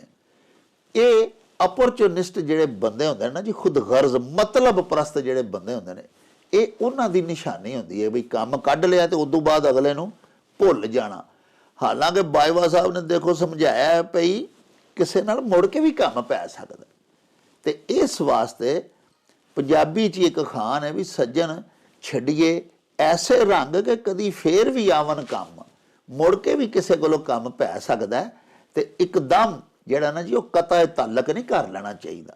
ਲੋ ਜੀ ਬਾਜਵਾ ਸਾਹਿਬ ਮੇਰੇ ਹਜ਼ੂਰ ਸਾਡੇ ਇੱਕ ਬੜੇ ਪਿਆਰੇ ਮਿੱਤਰ ਨੇ, ਚੌਧਰੀ ਇਸ਼ਤਿਆਕ ਅਹਿਮਦ ਕਾਲੂ, ਜਹਾਨੀਆਂ ਮੰਡੀ ਦੇ ਰਹਿਣ ਵਾਲੇ ਨੇ ਤੇ ਕਿਸਾਨ ਇਤਿਹਾਦ ਦੇ ਸਦਰ ਵੀ ਨੇ, ਸਾਡੇ ਜਨਾਬ ਪੱਕੇ ਦਰਸ਼ਕ ਨੇ। ਉਹਨਾਂ ਇੱਕ ਅਖਾਣ ਭਿਜਵਾਇਆ ਭਈ ਰੰਨ ਭੈੜੀ ਤੇ ਦਾੰਦ ਡੱਬਾ, ਇਹ ਕੀ ਕੀਤਾ ਹੀ ਮੇਰੇ ਰੱਬਾ। ਹਾਂਜੀ, ਉਹਨਾਂ ਨੇ ਜਿਹੜਾ ਕਾਲੂ ਸਾਹਿਬ ਇੱਥੋਂ ਹੀ ਗਏ ਨੇ, ਕਾਦਰਾਬਾਦ ਪਿੰਡ, ਇੱਥੋਂ ਹੀ ਉਹਨਾਂ ਦੇ ਵੱਢ ਕੇ ਗਏ ਨੇ ਤੇ ਉੱਥੇ ਜ਼ਮੀਨ ਸ਼ਮੀਨ ਲਈ ਤੇ ਬੜੇ ਆਰੀ ਨੇ ਤੇ ਬੜੇ ਪੰਜਾਬੀ ਦੇ ਵੀ ਯਾਨੀ ਪੰਜਾਬੀ ਪਿਆਰੇ ਵੀ ਨੇ। ਵਾਹ ਵਾਹ। ਤੇ ਇਸ ਖਾਨ 'ਚ ਦੱਸਿਆ ਵੇਖੋ ਨਾ ਜੀ ਕਿ शेख सादी दा कहो शेर है कि तही पाए रफ्तन ब्याज कफशे तंग बलाए सफर पे क्या दर खाना जंग। कि सौड़ी जुत्ती पान नालों बेहतर है कि बंदा नंगी पैरी रवे। वाह। ते जे घर च बुढ़ी को कपत्ती लभ जाए तो उहदे नाल बंदा पैंडे ही प्यार है ते चंगा है। वाह। जदों घर आएगा ते उन्हें मतलब है कि उन्हें नौलना ही है, हां जी, उन्हें उहदे कीड़े ही कढने ने। ਉਹ ਨਹੀਂ ਤੁਹਾਂ ਸੁਣਿਆ ਵੀ ਉਹ ਇੱਕ ਬੀਬੀ ਸੀ ਤੇ ਉਹ ਕਿਤੇ ਨਾ ਬੰਦਾ ਉੱਤੇ ਉੱਡਦਾ ਜਾਂਦਾ ਸੀ ਉਹਨਾਂ ਦੇ ਘਰ ਦੇ ਉੱਤੋਂ ਦੀ, ਤੇ ਉਹ ਸ਼ਾਮ ਨੂੰ ਨਾ ਘਰ ਆਇਆ ਥੱਕਿਆ ਟੁੱਟਿਆ ਤੇ ਉਹ ਆਂਦੀ ਏ ਤੂੰ ਵੀ ਬੰਦਾ ਬਣਿਆ, ਖਸਮਾਂ ਖਾਣਿਆ, ਮਰਨਿਆ, ਫਲਾਣਿਆ, ਢਿੰਗੜਿਆ। ਅੱਜ ਮੈਂ ਇੱਕ ਬੰਦਾ ਵੇਖਿਆ ਸਾਡੇ ਘਰ ਦੇ ਉੱਤੋਂ ਦੀ ਉੱਡਦਾ ਜਾਂਦਾ ਸੀ। ਵਾਹ ਵਾਹ। ਤੇ ਉਹ ਆਂਦਾ ਮੂਰਖੇ ਪਛਾਣਿਆ ਹੀ ਕੌਣ ਸਹੀ? ਹਾਂਜੀ, ਉਹ ਮੈਂ ਹੀ ਸਾਂ। ਆਂਦੀ ਇਹ ਤੱਦਾ ਹੀ ਡਿੰਗਾ ਡਿੰਗਾ ਉੱਡਦਾ ਹੈ, ਤੈਨੂੰ ਉੱਡਣ ਦਾ ਵੀ ਚੱਜ ਨਹੀਂ। ਅੱਛਾ ਵਾਹ। ਤੋਂ ਗੱਲ ਇਹ ਹੈ ਕਿ ਬੀਬੀ ਜਿਹੜੀ ਹੈ ਨਾ ਜੀ, ਇੱਕ ਬੁੱਧੀ ਕੋਈ ਨਾਰ ਟੱਕਰ ਜਾਏ ਜਿਹਨੂੰ, ਉਹ ਜਿਉਂਦਾ ਹੀ ਨਰਕ 'ਚ ਜਾ ਪੈਂਦਾ ਹੈ। ਹਾਂ। ਉਹ ਜਿਉਂਦਾ ਹੀ ਦੋਜ਼ਖ 'ਚ ਜਾ ਪੈਂਦਾ ਹੈ। ਜੀ ਜੀ ਹਾਂਜੀ। ਔਰ ਇਹਦੀ ਮਿਸਾਲ ਦੂਜੀ ਇਹ ਵੇ ਕਿ ਜਿਹੜਾ ਡੱਬਾ ਢੱਗਾ ਨਾ ਜੀ, ਜੀ। ਉਹਦਾ ਵਿੱਚੋਂ ਕਿ ਇੱਕ ਰੰਗ ਨਹੀਂ ਹੁੰਦਾ, ਜੀ। ਉਹਦੀ ਕਾਰਕਰਦਗੀ ਵੀ ਕੋਈ ਏਡੀ ਚੰਗੀ ਸ਼ੰਗੀ ਨਹੀਂ ਸਮਝੀ ਜਾਂਦੀ। ਵਾਹ। ਦੇਖੋ ਨਾ ਦੱਖ ਜਿਹੜੀ ਸ਼ਾਇਦ ਦੀ ਦੱਖ ਸੋਹਣੀ ਨਹੀਂ ਨਾ ਹੁੰਦੀ। ਹਾਂਜੀ। ਇੱਕ ਰੰਗ ਦਾ ਬਲਦ ਹੋਵੇ ਨਾ ਜਿਹੜਾ ਮਰਜ਼ੀ ਹੋਵੇ ਹਾਂਜੀ। ਉਹ ਜ਼ਿਆਦਾ ਸੋਹਣਾ ਲੱਗਦਾ ਹੈ। ਸੋਹਣਾ ਲੱਗਦਾ। ਤੇ ਡੱਬਾ ਜਿਹੜਾ ਰੰਗ ਹੈ ਨਾ ਜੀ, ਕਿਤੋਂ ਮਤਲਬ ਚਿੱਟਾ ਤੇ ਕਿਤੋਂ ਕਾਲਾ, ਉਹ ਸੋਹਣਾ ਐਡਾ ਨਹੀਂ ਲੱਗਦਾ। ਹਾਂ। ਉਹਦਾ ਫਿਰ ਕਿਤੇ ਗਾਂ ਵੇਚਣਾ ਪੈ ਜਾਏ ਤੇ ਐਡਾ ਮੁੱਲ ਵੀ ਨਹੀਂ ਲੱਗਦਾ। ਹਾਂ। ਉਹ ਫਿਰ ਜਿਹੜੇ ਬੰਦੇ ਨੂੰ ਇਹ ਚੀਜ਼ਾਂ ਦੋਵੇਂ ਪੇਸ਼ ਪੈ ਜਾਣ, ਜੀ। ਉਹ ਫਿਰ ਇਹ ਜਾਂਦਾ ਵੀ ਯਾ ਮਾਲਕਾ ਸੱਚਿਆ ਮੇਰੇ ਨਾਲ ਕੀ ਕੀਤਾ ਹੀ ਹਾਂ। ਹੈ ਜੀ। ਮੈਂ ਮਤਲਬ ਮੇਰੇ ਮੁਕੱਦਰਾਂ 'ਚ ਇਹ ਦੋਵੇਂ ਸ਼ਾਮਾਂ ਲਿਖਣੀਆਂ ਨਹੀਂ। ਹਾਂ। ਹਾਂਜੀ। ਤਾਂ ਇਹ ਗੱਲ ਆ। ਹਾਂਜੀ। ਲੋ ਜੀ ਪਿਆਰਿਓ, ਇਸ਼ਤਿਆਕ ਅਹਿਮਦ ਕਾਲੂ ਸਾਹਿਬ ਸਾਨੂੰ ਜਿਹੜਾ ਅਖਾਣ ਭਜਵਾਇਆ ਸੀ ਉਹ ਇਸ ਤਰ੍ਹਾਂ ਹੈ ਵੀ ਰੰਨ ਭੈੜੀ ਤੇ ਦਾਂਦ ਡੱਬਾ, ਇਹ ਕੀ ਕੀਤਾ ਹੀ ਮੇਰੇ ਰੱਬਾ। ਯਾਨੀ ਦੇਖੋ ਨਾ, ਗੁਜ਼ਾਰਿਸ਼ ਇਹ ਵੇ ਜਿਵੇਂ ਬਾਈਵਾ ਸਾਹਿਬ ਸਮਝਾਇਆ ਸਾਨੂੰ ਕਿ ਖਾਤੂਨ ਵੀ ਕੋਈ ਚੰਗੀ ਹੋਣੀ ਚਾਹੀਦੀ ਹੈ। ਅੱਗੇ ਵੀ ਅਸਾਂ ਬੜੇ ਅਖਾਣ ਇਸ ਤਰ੍ਹਾਂ ਦੇ ਕੀਤੇ ਨੇ ਵੀ ਘਰ ਘਰਾਣੇ ਵਾਲੀ ਔਰਤ, ਅੱਛੇ ਮਾਈ ਬਾਪ ਦੀ ਧੀ, ਉਹ ਵਿਆਹ ਕੇ ਸੇੜ ਕੇ ਘਰ ਲਿਆਉਣੀ ਚਾਹੀਦੀ ਹੈ। ਤੇ ਜੇ ਕੋਈ ਬਦਕਿਸਮਤੀ ਨਾਲ ਕਿਸੇ ਦੇ ਘਰ ਕੋਈ ਐਸੀ ਬੀਬੀ ਆ ਵਸੇ ਜਿਹੜੀ ਬੜੀ ਮੂੰਹ ਦੀ ਤਲਖ ਹੋਵੇ ਜਾਂ ਮੂੰਹ ਜ਼ੋਰ ਹੋਵੇ ਪਿਆਰਿਓ, ਫਿਰ ਘਰ ਜਿਹੜਾ ਉਹਦੇ ਵਿੱਚ ਹਰ ਵੇਲੇ ਲੜਾਈ ਹੋਈ ਪਈ ਰਹਿੰਦੀ ਹੈ। ਮਿਸਾਲ ਇਹਦੀ ਦਿੱਤੀ ਹੈ ਦਾਂਦ ਡੱਬਾ। ਵੇਖੋ ਨਾ, ਦਾਂਦਾਂ ਦੀਆਂ ਬਹੁਤ ਸਾਰੀਆਂ ਕਿਸਮਾਂ ਨੇ। ਬੈਲ ਜਿਹੜੇ ਸਾਡੇ ਢੱਗੇ ਹੁੰਦੇ ਨੇ ਜਿਨ੍ਹਾਂ ਨਾਲ ਅਸੀਂ ਵਾਹੀ ਕਰਦੇ ਹਾਂ। ਹੁਣ ਧੰਨੀ ਦੇ ਹੁੰਦੇ ਨੇ ਬੈਲ, ਇਸੇ ਤਰ੍ਹਾਂ ਭਾਗ ਨਾੜੀ ਇੱਕ ਨਸਲ ਹੈ, ਉਹਦੇ ਦਾੰਦ ਹੁੰਦੇ ਨੇ। ਇਸੇ ਤਰ੍ਹਾਂ ਸਾਹੀਵਾਲ ਨਸਲ ਹੈ, ਉਹ ਰੰਗਾਂ ਤੋਂ ਪਛਾਣੇ ਜਾਂਦੇ ਨੇ, ਆਪਣੀ ਬੁੰਤਰ ਤੋਂ, ਉਹਨਾਂ ਦੇ ਪਿੰਡਿਆਂ ਤੋਂ ਪਤਾ ਲੱਗਦਾ ਵੀ ਸਾਹੀਵਾਲ ਦਾ, ਇਹ ਧੰਨੀ ਦਾ। ਵੇਖੋ ਨਾ, ਧੰਨੀ ਦੇ ਚਿੱਟੇ ਹੁੰਦੇ ਨੇ, ਇਸੇ ਤਰ੍ਹਾਂ ਭਾਗ ਨਾੜੀ ਸਾਵੇ ਹੁੰਦੇ ਨੇ, ਫਿਰ ਇਹ ਸਾਹੀਵਾਲ ਦੇ ਨੇ, ਫਿਰ ਅੱਗੋਂ ਸਿੰਧੀ ਨੇ। ਤੇ ਜਿਹੜਾ ਡੱਬਾ ਦਾੰਦ ਹੈ ਨਾ, ਇਹਦਾ ਮਤਲਬ ਹੈ ਉਹ ਦੋਗਲਾ ਹੈ, ਉਹਦਾ ਇੱਕ ਰੰਗ ਨਹੀਂ, ਉਹ ਸਾਹੀਵਾਲ ਜਾਂ ਧੰਨੀ ਦਾ ਰਲਾ ਹੈ। ਤੇ ਉਹ ਜਿਹੜਾ ਡੱਬਾ ਜਾਂ ਦੋਗਲਾ ਬੰਦਾ ਹੁੰਦਾ ਨਾ ਜੀ, ਉਹਦੇ ਵਿੱਚ ਖਸੂਸੀਆਤ ਵੀ ਤੇ ਫਿਰ ਦੋਗਲੀਆਂ ਹੀ ਹੁੰਦੀਆਂ ਨੇ ਨਾ। ਉਹ ਯਕ ਸੂਈ ਦੇ ਨਾਲ ਇੱਕ ਸਿਫਤ ਦੇ ਉੱਤੇ ਪੱਕੇ ਪੈਰੀ ਉਹੋ ਜਿਹੀ ਚੀਜ਼ ਨਹੀਂ ਖਲੋਂਦੀ। ਇਹ ਗੱਲ ਇਸ ਅਖਾਣ ਵਿੱਚ ਸਾਨੂੰ ਸਮਝਾਈ ਗਈ ਹੈ ਭਈ ਸ਼ਾਦੀ ਵਿਆਹ ਕਰਨ ਤੋਂ ਪਹਿਲੇ ਵੀ ਖਾਤੂਨ ਅੱਛੇ ਮਾਂ-ਬਾਪ ਦੀ, ਅੱਛੇ ਖਾਨਦਾਨ ਦੀ ਲਿਆਓ। ਔਰ ਜਦੋਂ ਵੱਛਾ ਖਰੀਦਣਾ, ਢੱਗਾ ਖਰੀਦਣਾ, ਤੁਸੀਂ ਦਾੰਦ ਕੋਈ ਲੈਣਾ ਤੇ ਉਹ ਵੀ ਚੰਗੀ ਨਸਲ ਦਾ, ਇੱਕੋ ਹੀ ਨਸਲ ਦਾ। ਇਹ ਦੋਵੇਂ ਚੀਜ਼ਾਂ ਦੋਗਲੀਆਂ ਜਾਂ ਬੇਨਸਲੀਆਂ ਨਹੀਂ। ਵਰਤੋਂ ਜਦੋਂ ਇਹਨਾਂ ਨਾਲ ਕਰੀ ਦੀਏ ਤੇ ਫਿਰ ਸਵਾਦ ਨਹੀਂ ਆਉਂਦਾ, ਜ਼ਿੰਦਗੀ ਮੁਸੀਬਤ ਬਣ ਜਾਂਦੀ ਹੈ। ਸਾਹਿਬੋ, ਇਹਦੇ ਨਾਲ ਹੀ ਸਾਡੇ ਇਸ ਵਿਲਾਗ ਦਾ ਸਮਾਂ ਬੀਤ ਗਿਆ ਹੈ। ਲੈ ਉਹ ਯਾਰ ਹਵਾਲੇ ਰੱਬ ਦੇ ਤੇ ਮੇਲੇ 4 ਦਿਨਾਂ ਦੇ, ਉਸ ਦਿਨ ਈਦ ਮੁਬਾਰਕ ਹੋਸੀ, ਜਿਸ ਦਿਨ ਫੇਰ ਮਿਲਾਂਗੇ, ਰੱਬ ਰਾਖਾ ਤੇ ਅੱਲਾ ਬੇਲੀ। ओ चल मेले नू चली